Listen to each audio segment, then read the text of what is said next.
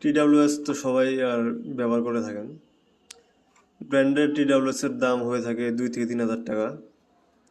আর যারা চিপ রেটে একটি গেমিং TWS এর স্বাদ পেতে চান, তারা এই X15 TWSটি ব্যবহার করতে পারেন।